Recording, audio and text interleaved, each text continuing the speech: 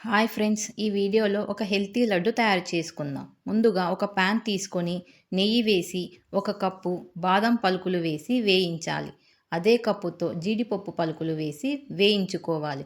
తర్వాత 3/4 కప్పు పిస్తా పప్పును కూడా వేసి బాగా కలుపుతూ నెమ్మదిగా వేయించాలి.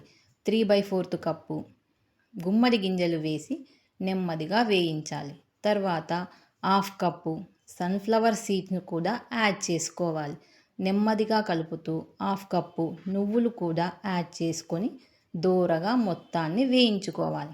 దీనంతా మిశ్రమాన్ని ఒక ప్లేట్లో తీసుకొని బాగా చల్లారనివ్వాలి.